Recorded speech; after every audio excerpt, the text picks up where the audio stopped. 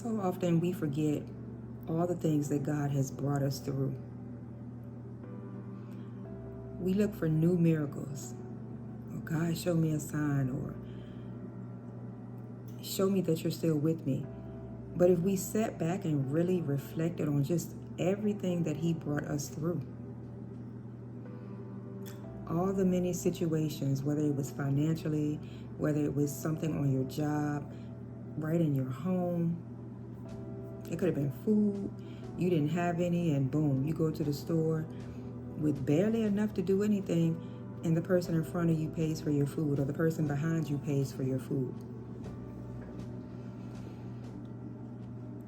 Or how someone just out of the blue had things to give your kids for Christmas.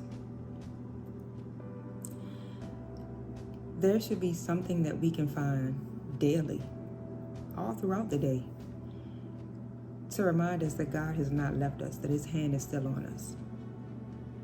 Sometimes, many times, we act like the Israelites. The Israelites complained and complained and complained. No matter what God did for them, they still find yet another reason to complain. So in Numbers 11:4, it says, the rabble with them began to crave other food. And again the Israelites started wailing and said, if only we had meat to eat. And again the Israelites started wailing. So this says that they complain all the time. We remember the fish we ate in Egypt at no cost. Also the cucumbers, melons, leeks, onions, and garlic. But now we have lost our appetite. We never see anything but this manna. Now remember, manna was introduced to them when they left Egypt. And it almost tasted like honey. Now it says the manna was like coriander seed and looked like resin. The people went around gathering it and then ground it in a hand mill or crushed it in a mortar. They cooked it in a pot or made it into loaves. Now, when they were in Egypt, they were slaves, beaten, forced to work hard, forced to even gather their own equipment. The quota never changed.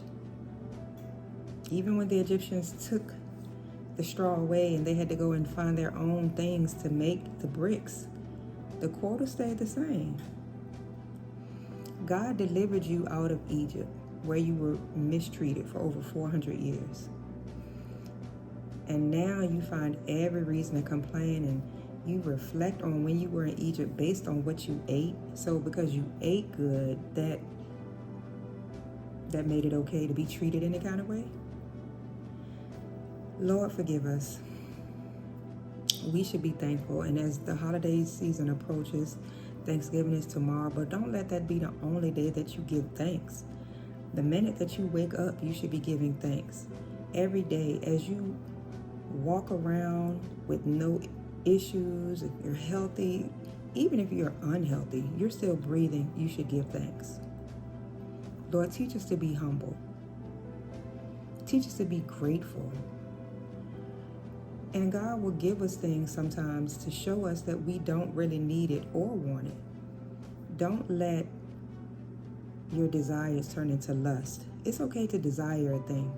It's okay to desire money because you want to do different things. You want to travel. You want to take care of your family. But don't allow it to turn into lust where that's all you think about, where it consumes your thoughts. I'm on a grind. I got to get this money. I got to get this money. Don't put it before God. Don't honor it before God. Don't love it more than God. And that's for anything. That can be your vehicle. That can be your home. That can be your spouse, your kids. Nothing goes above God. So let's find a reason to be thankful. Don't wait for tomorrow. Do it today.